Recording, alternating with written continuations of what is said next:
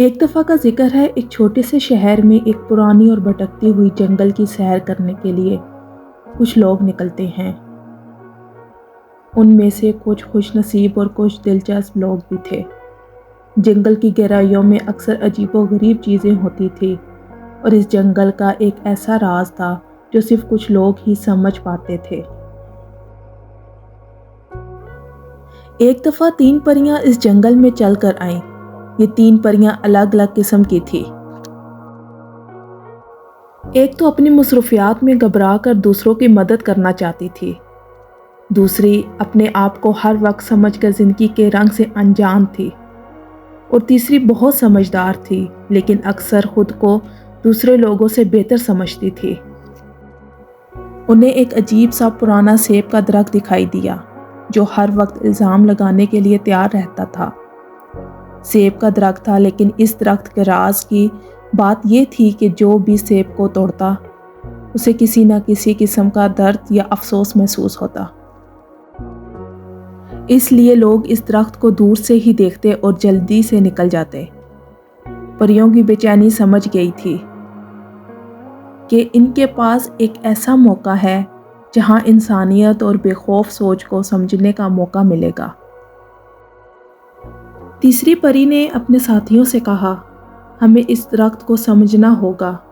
ہمارے اندر اگر انسانیت اور صبر ہے تو ہم اس درخت کے راز کو سمجھ سکتے ہیں۔ اس نے اپنے دوسری 2 ساتھیوں سے کہا، زندگی میں کبھی بھی کسی دوسرے کی مشکلات کو سمجھنا اتنا آسان نہیں ہوتا۔ ہماری زندگی کے تجربے ہمارے لیے ایک سبق ہوتے ہیں۔ ہمارے اندر اپنی سوچ کو بدلنے کی طاقت ہونی چاہیے، اور ہمیں اپنے جذبات پہ قابو پانا چاہیے۔ پہلی پری نے کہا، مجھے لگتا ہے کہ اگر ہم اس درخت سے ایک سیب کاٹ کر اور ہمیں اپنے جذبات پہ قابو پانا چاہیے۔ پہلی پری نے کہا، مجھے لگتا ہے کہ اگر ہم اس درخت سے ایک سیب کاٹ کر اسے کہیں کہ ہم سب کچھ سمجھ جائیں گے، لیکن دوسری پری نے جواب دیا، نہیں، تمہارے جذبات کو سمجھنا ہوگا۔ تمہاری جذبات کو سمجھنے سے تم اپنے آپ کو سمجھ پاؤ گی۔ تم اپنی مصیبت کو اپنے اندر سے سمجھ کر دور کرنے کی کوشش کرو۔ تیسری پری نے اپنے بہتر خیال میں اپنے ساتھیوں کی مدد کی اور سیب کے درخت کے نیچے اپنی سوچ کو بدلنا شروع کیا۔ زندگی کی مصیبت اور درد کو اپنے اندر سمجھنا سب سے بڑا سبق تھا۔ جب سیب کو کاٹ کر جنگل کی سیر کر رہے لوگوں نے اس درد کو محسوس کیا تو انہوں نے اپنی زندگی میں صبر اور سمجھ کی اہمیت کو سمجھنا شروع کیا۔ اس کہانی کا سب سے بڑا سبق یہ ہے کہ زندگی میں ہماری سوچ اور جذبات سے جو اثر ہوتا ہے وہ ہر چیز کو ہمارے لیے بدل دیتا ہے۔